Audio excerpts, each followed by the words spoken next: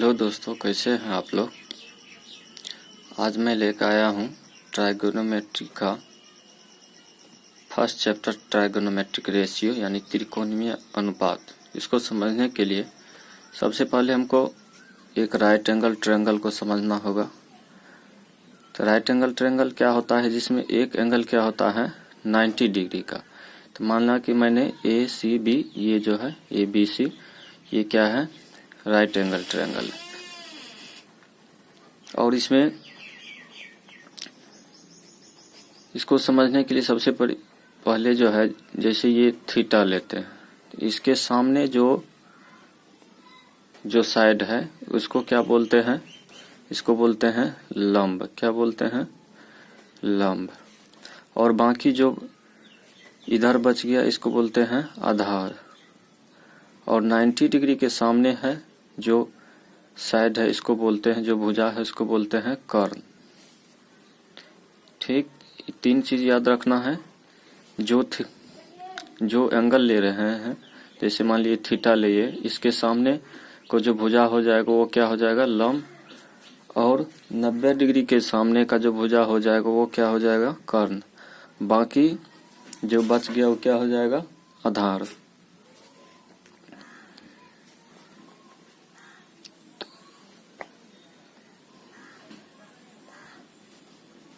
अब ट्राइगोनोमेट्री में हम पढ़ेंगे साइन के बारे में, कॉस के बारे में, टेन के बारे में, कॉसेक, सेक और फिर कॉट।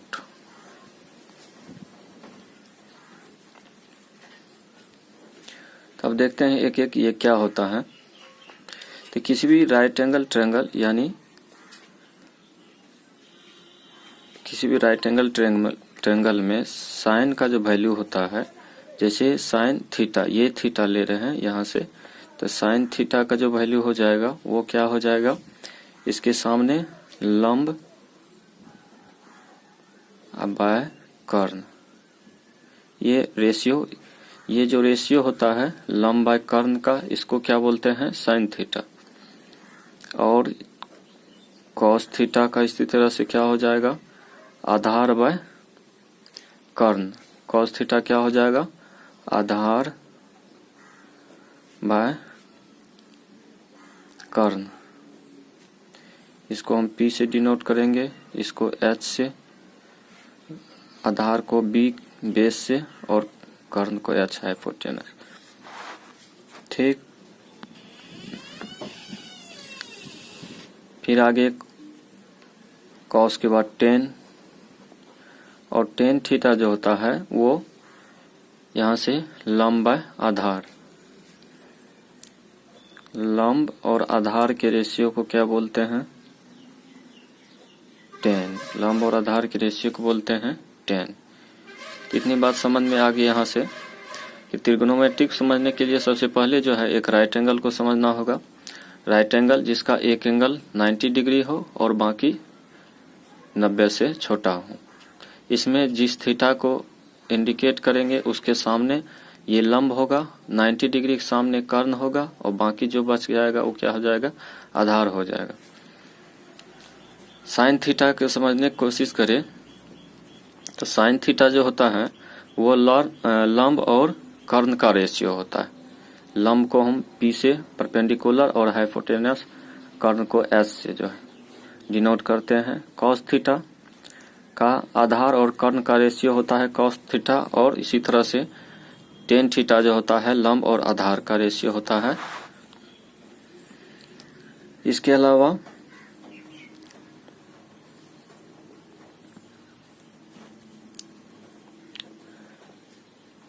याद रखना है साइन थीटा का अपोजिट 1 बाय साइन थीटा ये होता है कॉसेक थीटा। ऐसे भी लिख सकते हैं इसको, cosec theta equal to 1 by sine theta. यानी साइन थीटा का रिवर्स क्या हो जाता है कॉसेक थीटा। और इसी तरह से सेक थीटा क्या हो जाएगा 1 by cos theta. Cos theta का रिवर्स हो जाएगा सेक थीटा, इसका वैल्यू देखने की कोशिश करें तो इसका रिवर्स साइन थीटा का वैल्यू क्या है, यहाँ साइन थीटा का लंब बाय कॉर्न, तो यहाँ से कोसेक का वैल्यू क्या हो जाएगा 1 बाय साइन थीटा, यानी साइन थीटा का रिवर्स ले लीजिए तो ये क्या हो जाएगा कॉर्न बाय लंब। और फिर सेक थीटा कॉस का रिवर्स होता है, तो कॉस का क्या होता है आधार बाय कॉर्न, तो इसका क्या हो जाएगा कॉर्न बाय आधार। और इसी तरह से कॉट क्या होता है 1/10, कॉट थीटा 1/10 थीटा, और टेन थीटा का वैल्यू होता है लंब बाय आधार, और कॉट का क्या हो जाएगा 1/10, यानी 10 का रिवर्स, तो ये हो जाएगा आधार बाय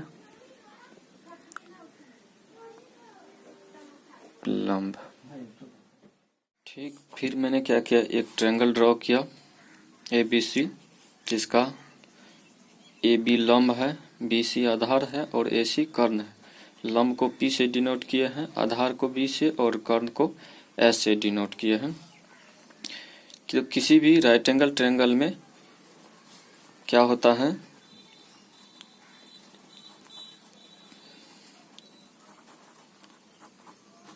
कर्ण का जो स्क्वायर होता है वो बराबर होता है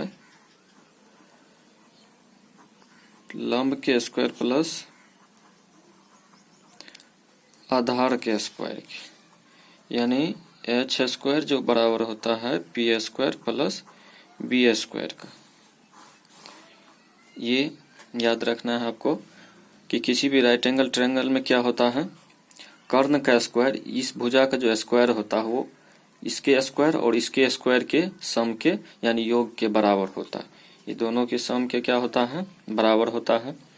और इस आधार पर हम इसमें 3 फार्मूला निकाल सकते हैं। पहला ये हो गया। दूसरा, यदि हम P को रहने दे और B को इधर इस साइड ले आए तो क्या हो जाएगा, P स्क्वायर बराबर H square minus B square, यानी लंब का जो स्क्वायर होता है वो कर्ण के स्क्वायर माइनस आधार के स्क्वायर, कर्ण का स्क्वायर और आधार के, कर्ण के स्क्वायर और आधार के स्क्वायर के बराबर होता है। लंब का स्क्वायर कर्ण का स्क्वायर माइनस आधार के स्क्वायर, कर्ण लंब का स्क्वायर क्या हो जाता है कर्ण का स्क्वायर माइनस आधार का स्क्वायर। तीसरा, यहाँ से यदि आधार रहने दे और लंब को इस साइड कर दे, यानी आधार रहने दे लंब को इस साइड कर दे, तो क्या हो जाएगा, आधार का स्क्वायर जो हो जाएगा वो कर्ण का स्क्वायर माइनस लंब का स्क्वायर, और यहाँ से कह सकते हैं B स्क्वायर बराबर H square minus P square. तो ये 3 फार्मूला इससे निकल के आया। तो यहाँ से देखेंगे हम क्या से सीखे कि किसी भी राइट एंगल ट्रायंगल जैसे ABC है जिसमें लंब है AB, आधार है BC और कर्ण है AC, इसमें जो होगा कर्ण का रेशियो जो होगा, यानी कर्ण का स्क्वायर जो होगा, सॉरी रेशियो नहीं, कर्ण का स्क्वायर जो होगा वो लंब के स्क्वायर और आधार के स्क्वायर के योग के बराबर होगा। जैसे मैंने यहाँ लिखा है कर्ण का स्क्वायर जो होगा लंब का स्क्वायर और आधार के स्क्वायर के योग के बराबर होगा। और इससे 3 फार्मूला मैंने निकाला, मतलब इसको क्या कि पलट अलट के जो है 3 तरह से लिख सकते हैं। जैसे मान लीजिए इसमें 3 है, कर्ण है, लंब है, आधार है। यहाँ तो कर्ण का वैल्यू निकल गया, कर्ण के स्क्वायर, लंब स्क्वायर, आधार स्क्वायर। यदि लंब निकालना हो तो क्या करेंगे, लंब का स्क्वायर के लिए लंब को यहाँ रहने देंगे, आधार को इस साइड भेज लेंगे। यहाँ प्लस है, इस साइड आके क्या हो जाएगा यहाँ माइनस, तो लंब स्क्वायर हो जाएगा कर्ण स्क्वायर माइनस आधार स्क्वायर। इसी तरह से आधार स्क्वायर क्या हो जाएगा कर्ण स्क्वायर माइनस। ये समझने के लिए हमको 2 चीज का जरूरत पड़ेगा। आगे हम समझेंगे जैसे साइन 0 डिग्री 0 होता है, साइन 30 डिग्री 1/2 होता है, ये कैसे होता है इसको लिए थोड़ा समझते हैं। सबसे पहले ये देखना है कि किसी नंबर में 0 से भाग दिया जाए तो क्या होगा, या 0 में किसी नंबर से भाग दिया जाए तो क्या होगा। जैसे देखते हैं ऐसे लिखा रहता है कहीं, जैसे 5 बाय 0। सबसे पहले देखते हैं 0/5।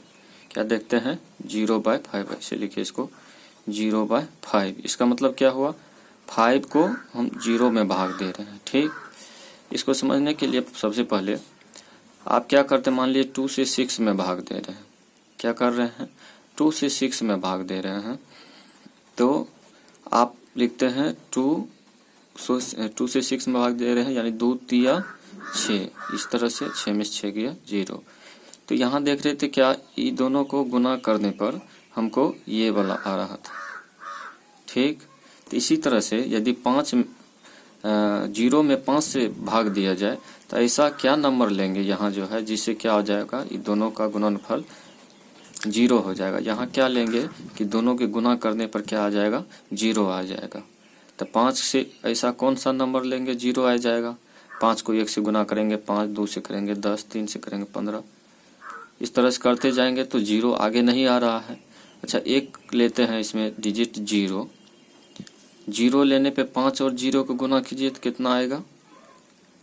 हाँ, आपको समझ में आ गया होगा कि 5 और 0 को गुना करने पर क्या आ जाएगा? 0। 0 में 0 गया 0। तो यहाँ देखें कि 5 और 0 गुना करने पे बीच वाला ये आ जा रहा है। जिस तरह से यहाँ से 6 था, 2 और 3 को गुना करने पे 6 आ रहा था, उसी तरह से 5 और 0 गुना करने पे 0 आ रहा है। इसका मतलब हुआ कि जब 0 में 5 से भाग देंगे तो क्या आ जाएगा? 0। क्या आ जाएगा? 0। तो इस तरह से आपको आइडिया आ गया होगा कि किसी भी नंबर से यदि 0 में भाग दिया जाए, 0 से में जो है किसी भी नंबर से, मान लीजिए यहाँ 12 से भाग देते हैं तो क्या आ जाएगा? 0। हमेशा इस तरह से याद रखना है।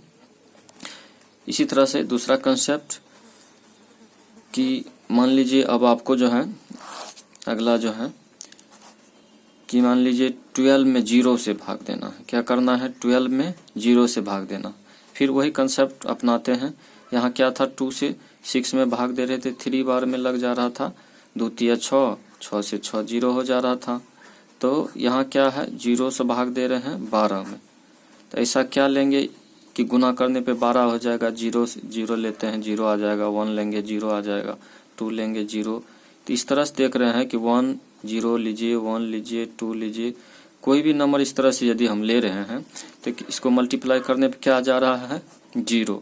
तो ऐसा हम प्रयास कर रहे हैं बार बार, लेकिन मेरा रिजल्ट नहीं आ रहा है। तो इससे क्या पता चला, हम कितना बार भी गुना कर ले लेकिन अपना 12 आने वाला नहीं है। इसलिए इसको जो है लिख दिया जाता है ऐसे इन्फिनिटी। कहने का मतलब इन्फिनिटी बार में आएगा, लेकिन ऐसा संभव ही नहीं है। और इसको या दूसरा अपरिभाषित भी लिख सकते हैं, अपरिभाषित। इतना चीज आ गया होगा समझ में।